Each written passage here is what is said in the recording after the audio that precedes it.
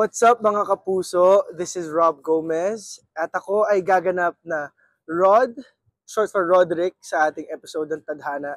At makakasama ko dito si Miss Chris Bernal, Pamela Kay at madami pang iba. Isa tong storya ng isang OFW na iniwan ng kanyang pamilya sa Pilipinas para maghanap ng mas magandang kinabukasan at trabaho upang maibalik para sa future ng kanilang anak.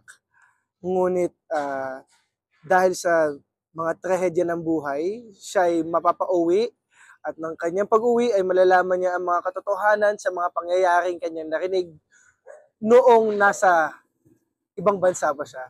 So abangan niyo po ang aming napakagandang episode na pinaghirapan, pinagpawisan at kung mapapansin niyo po, ako po ay napaaway. Abangan niyo po ang Abo ng Kahapon ngayong Sabado, 3:15 p.m. only on GMA.